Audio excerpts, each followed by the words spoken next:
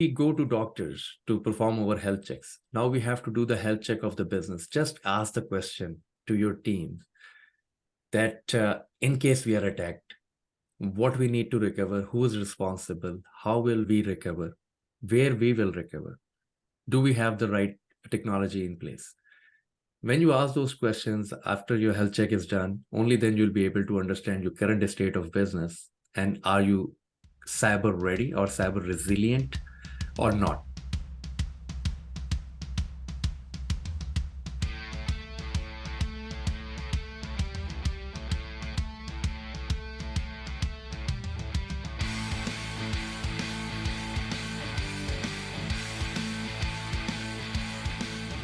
Hey everybody, I'm Brad Bussie, Chief Information Security Officer here at E360. Thank you for joining me for the State of Enterprise IT Security Edition. This is the show that makes IT security approachable and actionable for technology leaders.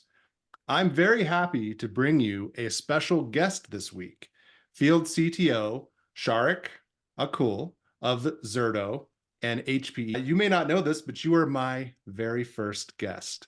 So if you wouldn't mind, tell our listeners a little bit more about you and about Zerto. Thank you. Thank you very much, Brad. I'm glad to be here and thanks a lot for having me. So I'll start with my background. So my name is Shariq Aqil. I'm Global Field CTO with Zerto, which is an HPE company. So I joined this company just over 2 years ago. And before joining HPE and Zerto, I was with Dell. I spent just over 5 years there with Dell and EMC. I was part of their data protection division, and then I was covering their global alliances for the complete enterprise portfolio. Before joining Dell, I was with IBM. I spent a few years there working in the software-defined storage. And before that, I was with Dell. And before that, I spent a few years as a hands-on resource in a data center. So just over 20 plus years in the field. That's about me.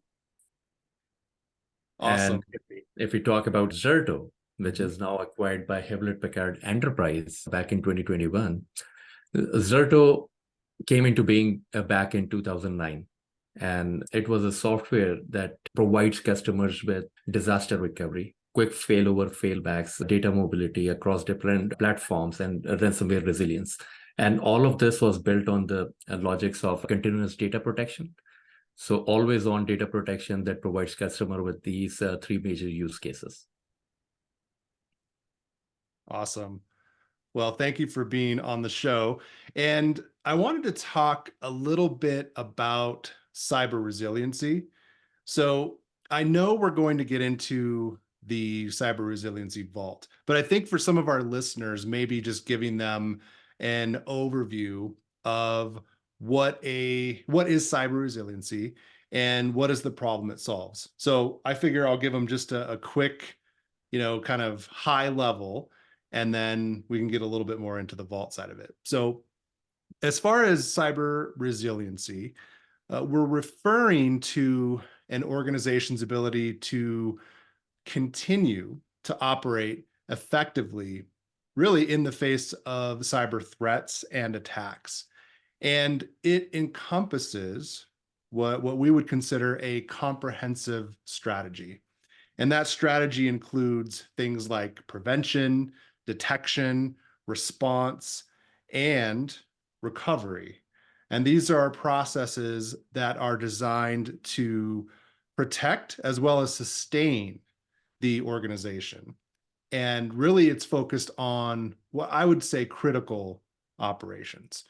And really, the main problem that cyber resiliency solves is the vulnerability of organizations to disruptions that are caused by things like cyber attacks, which can result in, we'll say, significant operational, financial, as well as reputational damage.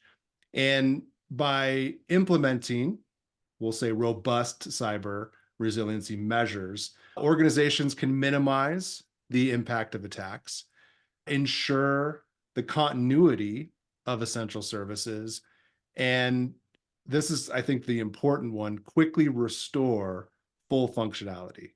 And that's really just maintaining the trust that the business has put in us as cyber defenders and really safeguarding assets in what I think Shariq and I would consider an increasingly hostile digital landscape. So I think that sets the stage for like cyber resiliency, really the problem. And I think it would be useful now, Shariq, if I go into like, what is a cyber resiliency vault and what problem does it solve? And then I think what would be good is just getting an idea of how does Zerto look at this whole problem and what does that landscape look like to you? And let's see if we match up on what I'm saying. Does that sound good? Yep, that sounds pretty good. And you know what? The way you describe cyber resilience is exactly what cyber resilience is. Let's Good. just call it, it is an outcome. It is an outcome. It's not a product, it is an outcome. And to achieve that outcome, we have to have different policies in place, right people in place, right education in place, and right products in place. Only then we'll be able to achieve the resilience that you were talking about a few minutes ago. I love it. And when it comes to it, there are two strategies. One is the proactive one, means keeping the bad actors out. And that is like having a strong security defenses in place. So right products, right people, right policies, right education for the employees so that they are well aware of what to click, what not to click, so that we keep the bad actors out. The second phase comes in is like reactive, when if a bad actor is in and they are able to cause any damage, now how to respond to that, how to detect it, how to recover and recover very quickly. Because recovery is the base that whole business will rely on. In case of a cyber attack, there's a downtime. Now you have to recover. Now, how quickly you can recover and how sure you are, what kind of data you are recovering back. So this is my perspective on cyber resilience approaches. That's perfect. Yeah, and I think talking about the whole vault concept too will definitely help kind of add a little bit more to that. So essentially, like when I look at this whole piece of what we've talked about, I look at the and you can correct me if I'm off here, but I think of a cyber resiliency vault as what we'll call it secure because that's what everybody wants to hear. A lot of times it's air gapped storage, and it's really designed to protect critical data as well as systems. And it's against things like ransomware and other forms of malware. I think that was kind of the initial intent. And it ensures that stored data remains immutable. And that means it can't be altered, can't be deleted.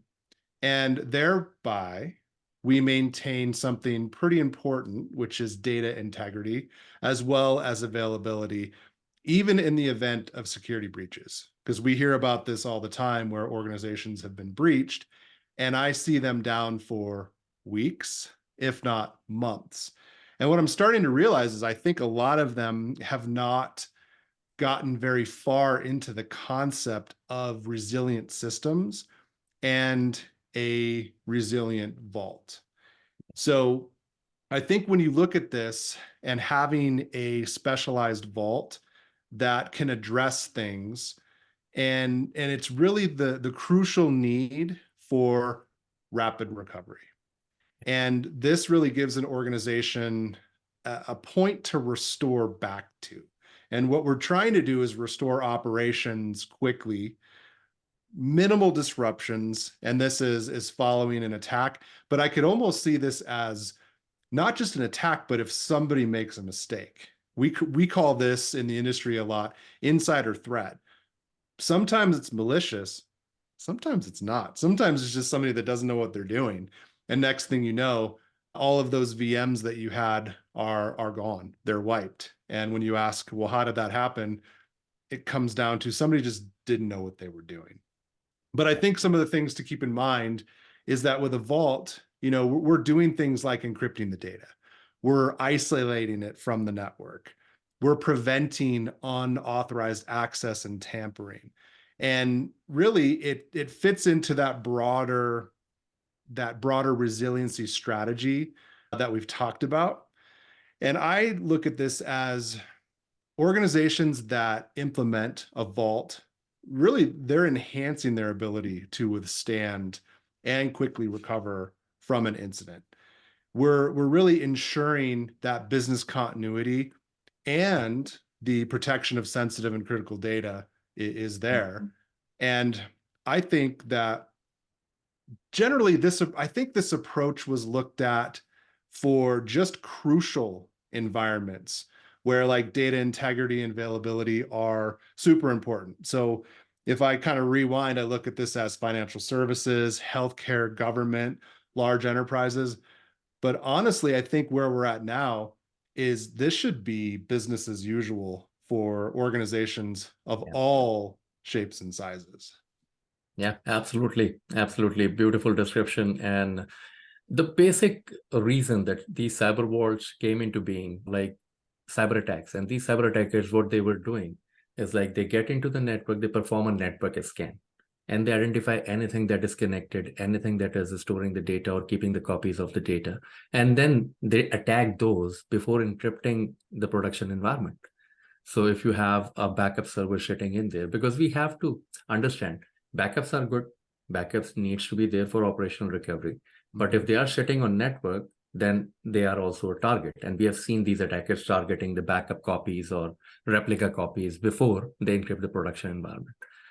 So because of that reason, the requirement came to have an air-gapped copy of your data so that it is, if somebody comes in and perform a network scan, they are not able to see that copy.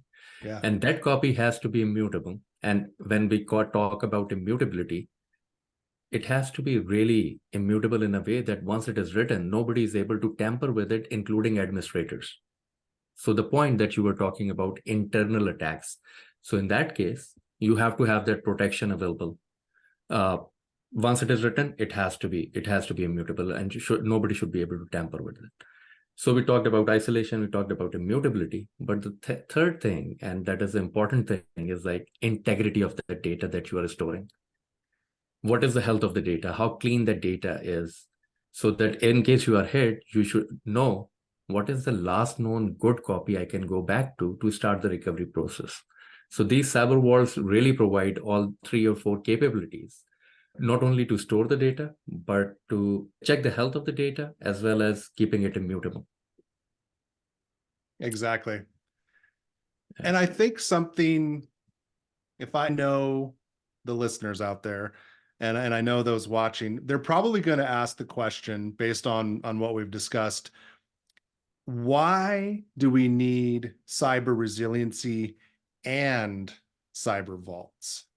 And I think of this as kind of two pieces. One, the way we've described it, cyber resiliency focuses on the broader strategy of preparing for and responding to and recovering from a cyber attack.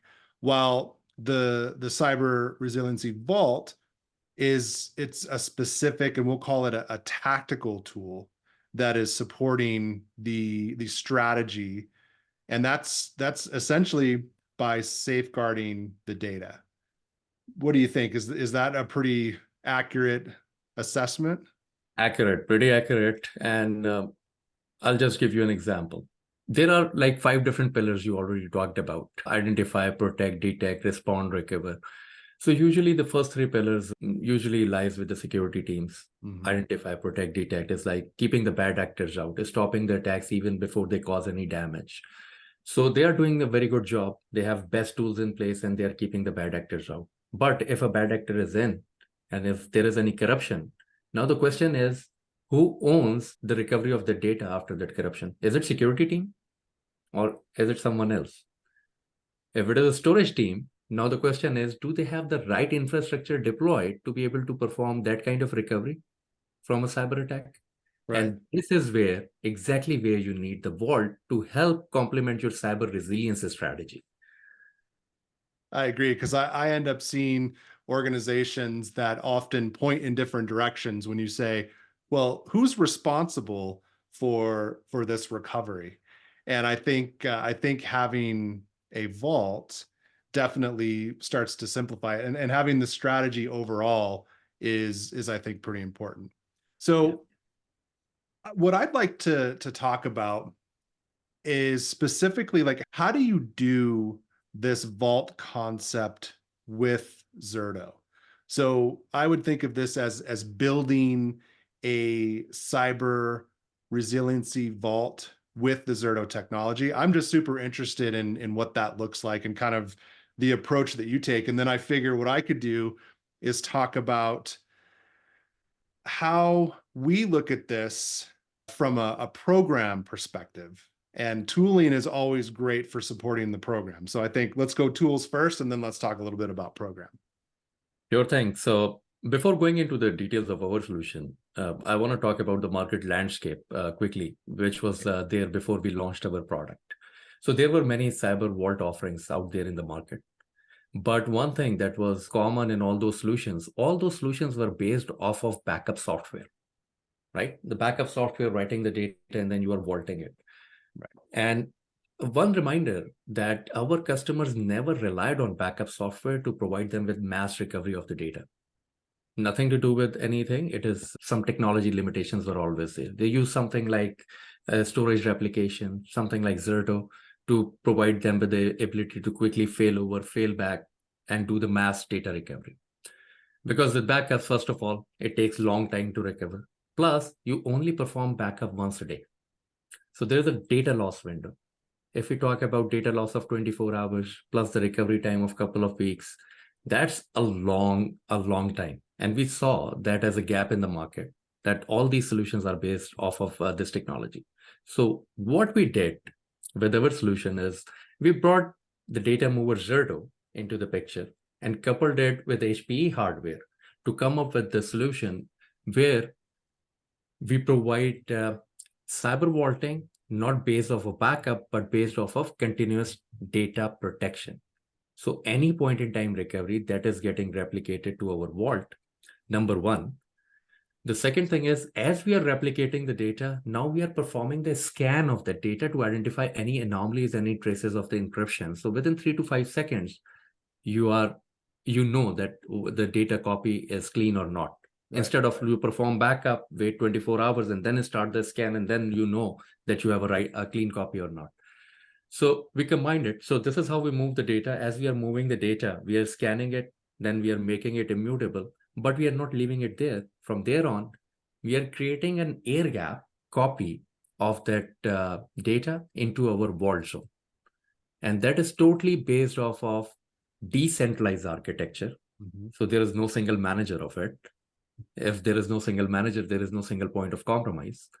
The whole architecture is built on zero trust principles.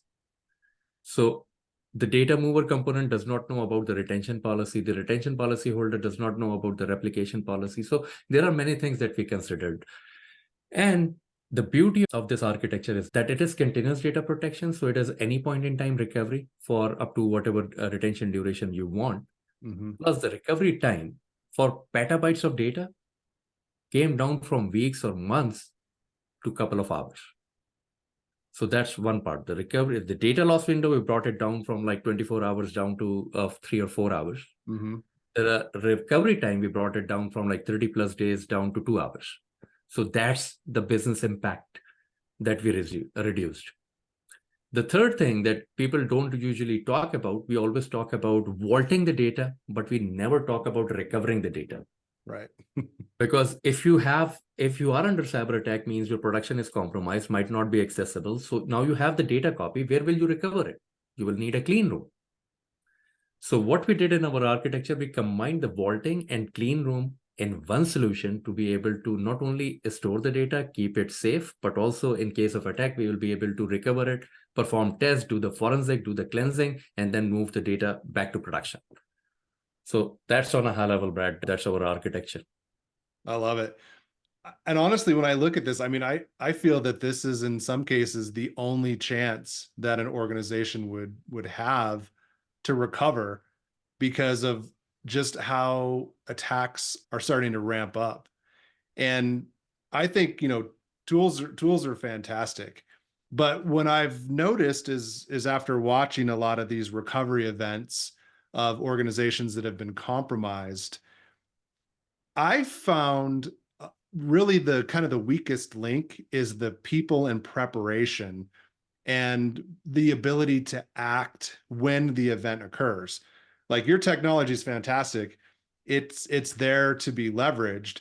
But when I start talking to an organization and I just ask one simple thing, what needs to come up first? Let's say you're completely down. What does that actually look like? And I have a bunch of people staring at me and they don't know the answer to that. So what I think would be interesting is if we talk through kind of the programmatic approach and how we could then leverage Zerto in this type of scenario where we've been compromised. Either systems are down, all systems are down, Active Directory has been impacted. There's some form of event that is happening. So the first thing that I ask clients is, let's try to get in front of this before it happens. That's the big thing. But first, ask yourself and your organization, today, can your business recover without major financial loss? And I would say in 80% of organizations that are asked that question, the answer is maybe. It's not a no, it's not a yes. People just aren't sure.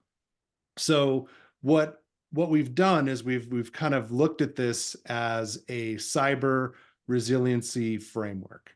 So the first thing that I would ask is, if that's a maybe for your organization, consider this framework. And I'm going to just kind of rapidly go through it. First aspect is making sure you understand the mission. What is the mission of your organization, the implementation of your technology, and identify technology requirements overall. When do things need to come up? In what order? What service accounts? There's a lot of things that go into that. I make it sound kind of easy, but there's a lot of work that needs to happen. Second is revenue, as well as brand equity.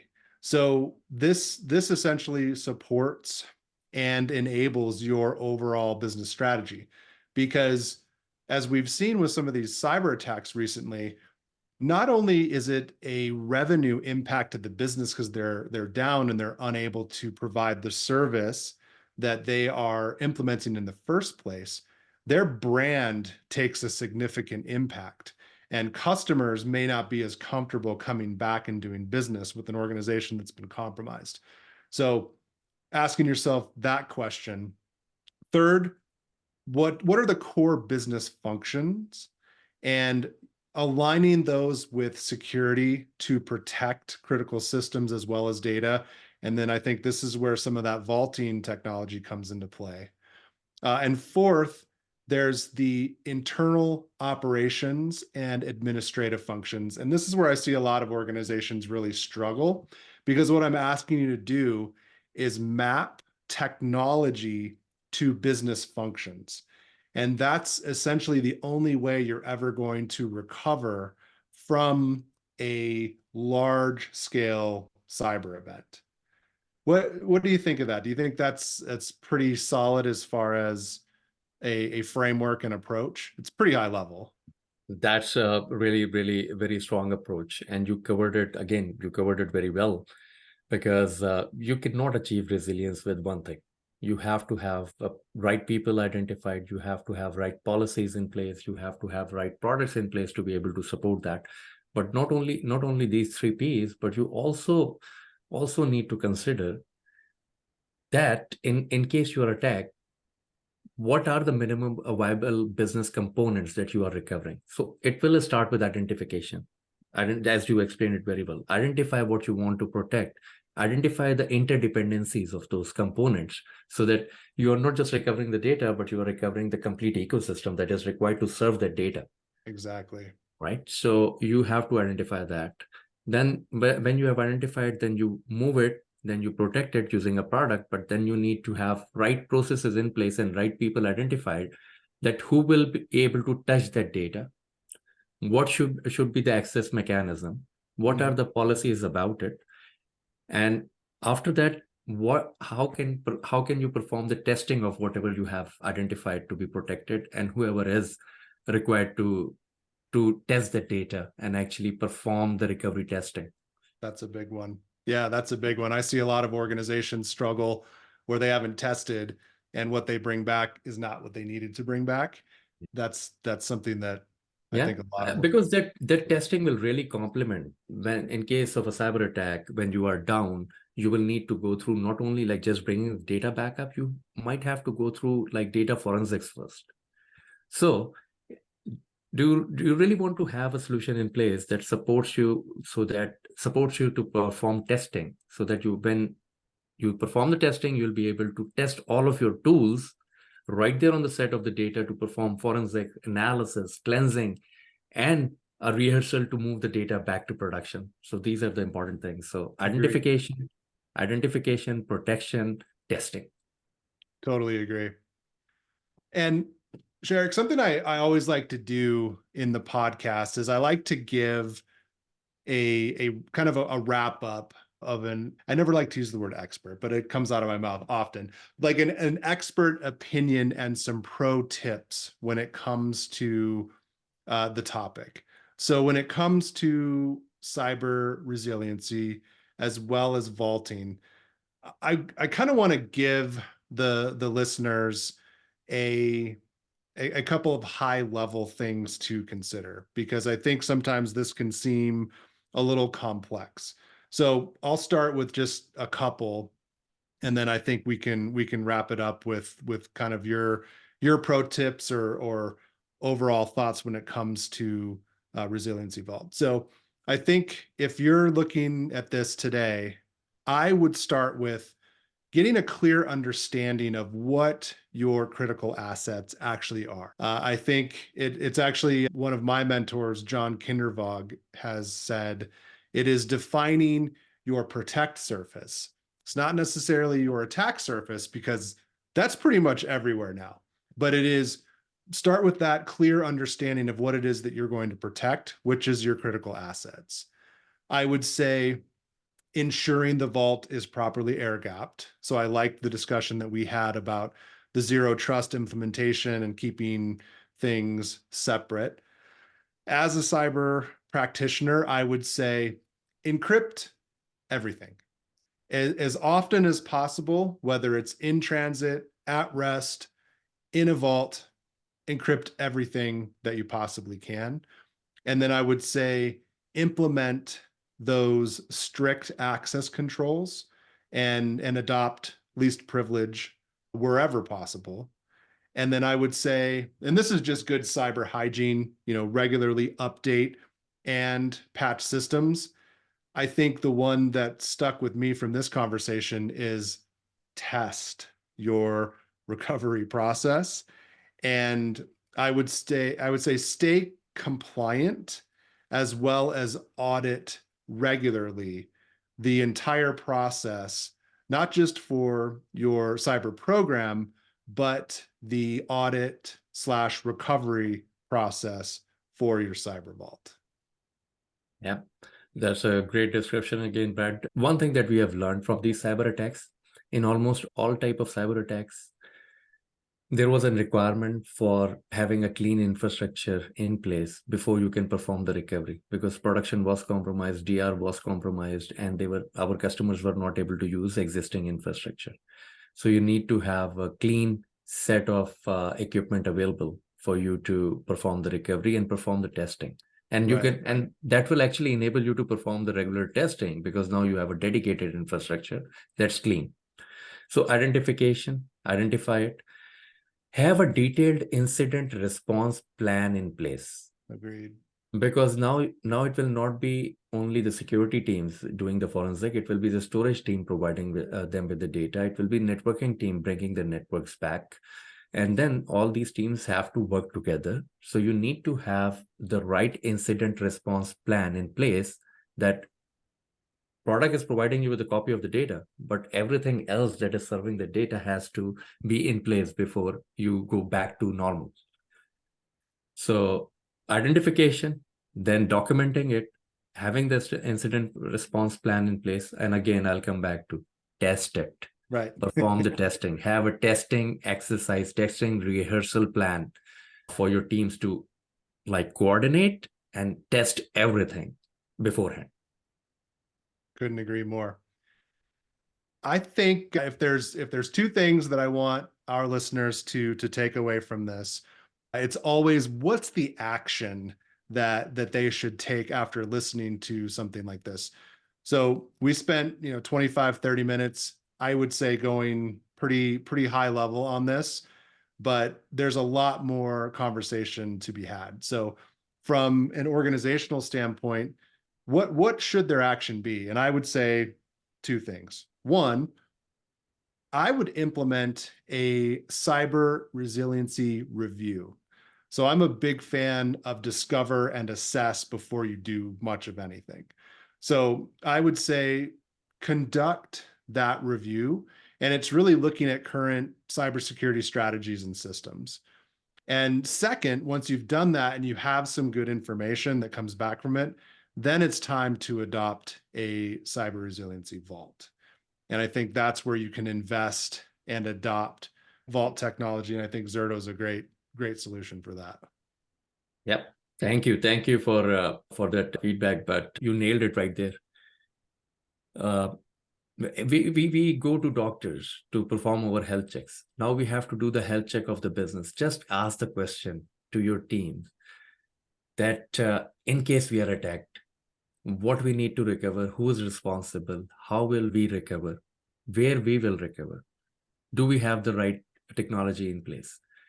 When you ask those questions after your health check is done, only then you'll be able to understand your current state of business and are you cyber ready or cyber resilient or not. And from there on, we can take the discussion further. There are many technologies. It's not just HPA, it's not just Zerto. There are many technologies out there.